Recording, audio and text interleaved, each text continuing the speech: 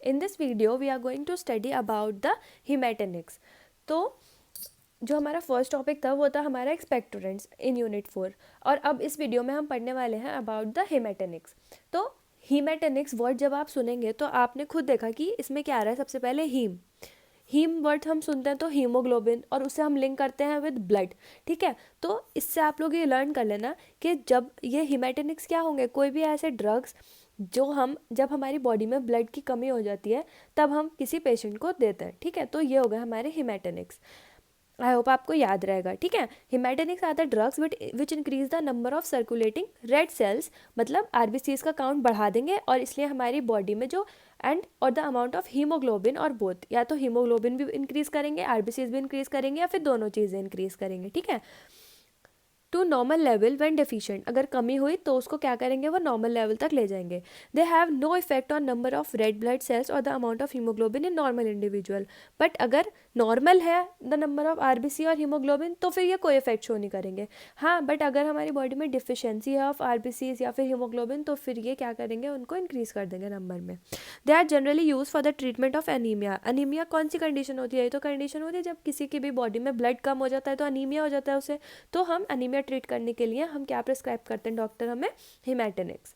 ठीक है, अब इसमें जो फर्स्ट ड्रग है हमारे सिलेबस में, इट इज़ फेरस ग्लूकोनेट.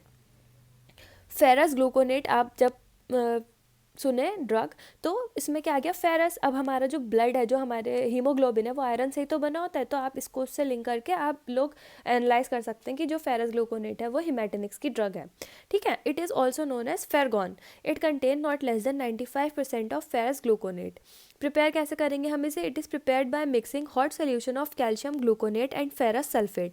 क्या करा हमने यहाँ पे, hot solution of calcium gluconate को रिएक्ट करा विद फेरस सल्फेट और हमें यहाँ पे ऑब्टेन हुआ फेरस ग्लूकोनेट. दूसरी प्रिपरेशन है by heating ferrous carbonate with gluconic acid. Ferrous carbonate को रिएक्ट करा विद ग्लूकोनिक एसिड और हमें क्या मिला, ferrous gluconate. Now let's see what are the properties of ferrous gluconate. It is a greenish yellow to grey in color. The odor is like burnt sugar. It occurs as powder or granules. It is soluble in warm water and it is insoluble in alcohol.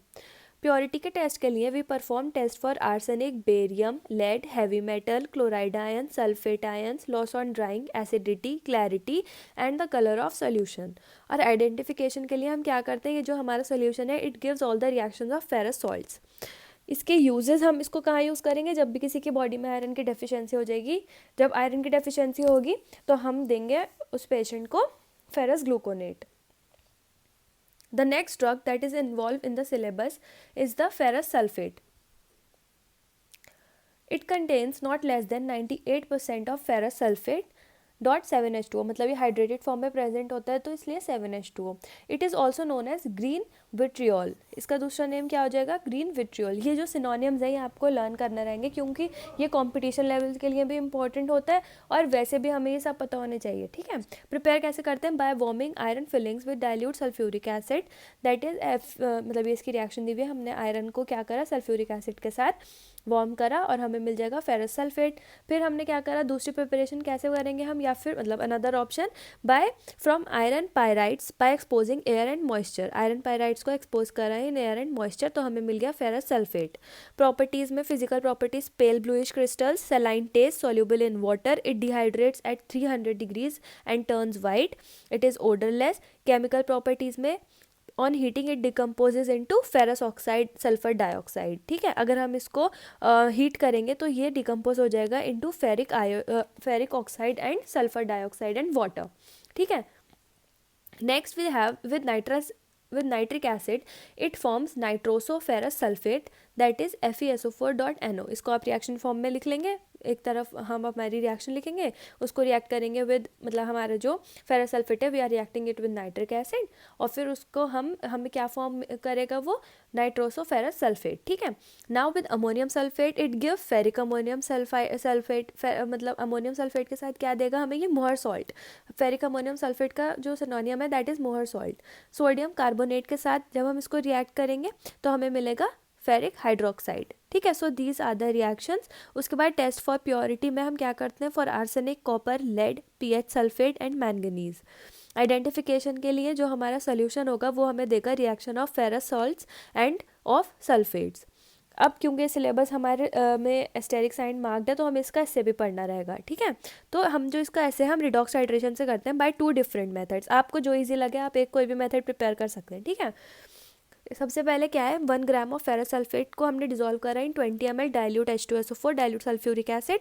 फिर जो solution है उसे titrate करा with 0.1 normal potassium permanganate.